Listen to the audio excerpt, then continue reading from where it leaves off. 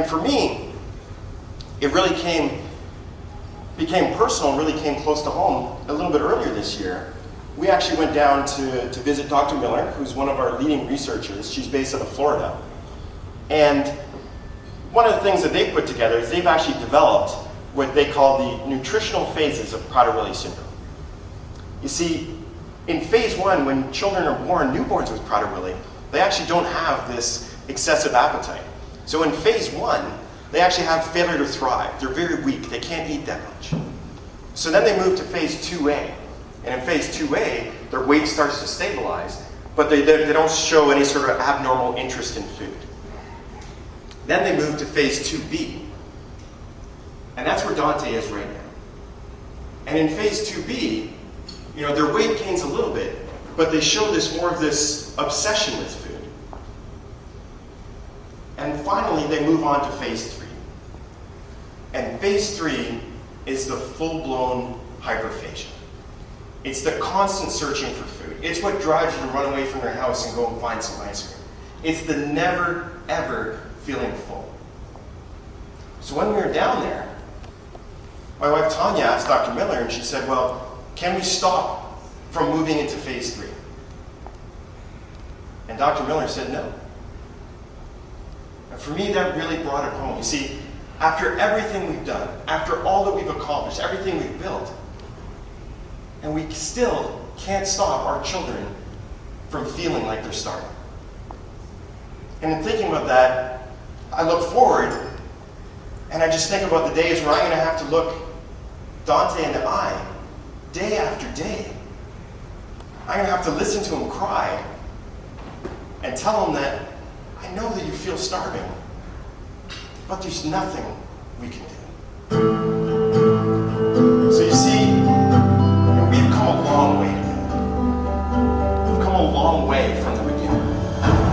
From what started with 3 mothers on a kitchen table, it's now grown into an international movement to eliminate the challenges of Prader-Willi syndrome. And we've been able to build a world-class research organization. And at the same time, we've been able to bring together an amazing community with moms like Carol, Craig, Mom, and Danny. And at the same time, even teachers of our children, like Miss Tebow and Miss Jones. We've been joined by some dynamic families, like our Texas contingent, Amber and Chad. We've been able to bring together our crazy moms who fly in every year from Alberta, and moms like Jen Bender, who flies in from Pittsburgh and is running our walk down there. And you see, from the beginning, we've been told that we couldn't raise the money, but our community did it. We've been told that we can't find the research, but our community did it. We've been told that we can't go to the White House, but our community did it. But there's still a lot more to do. We have a list of over 70 potential treatments, and we need to find which one is going to help our children. And I know that we're going to be able to find it, but what I don't know is it going to be in time? See, our children have a ton of challenges, from scoliosis to OCD, skin-picking hyperphagia, mental illness. And that's not even talking about the fact that our children can die suddenly from their stomach rupture or from central adrenal insufficiency. You see, and it's just not okay to tell our children that they need to continue to suffer when we know exactly what it is that we need to do. So it really brings us for a single question to our community, which is, what are we going to do? And I'll tell you what we're going to do. We're going to walk even faster. Instead of 65 blocks, we'll walk in 100 cities. Instead of a gala in Toronto, we'll run a gala in Toronto, New York, Guelph, LA.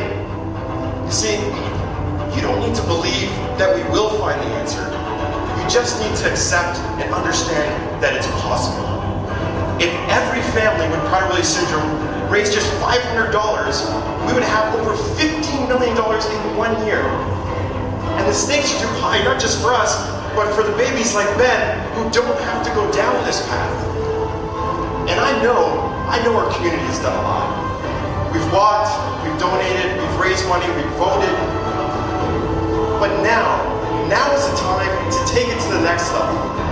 And as Jack and Belinda say, what we need to do now is keep moving forward. So think about this. For every ticket you bought today, that gets us 1 hour closer to our children finally feeling full. And for every $100 you donate, that gets us 1 hour closer to the day that we can eliminate the challenges in our children's lifetime. And I've heard a lot about it's too difficult. And then I look at Dana and Becky, who are running both a walk and a gala. I look at Carla and Marco, who are running a gala and a conference. And when I hear that we can't do it, what we hear is we haven't done it yet. You see, it's just about time. And what I'm asking you guys today is to volunteer, to fundraise, and to donate now.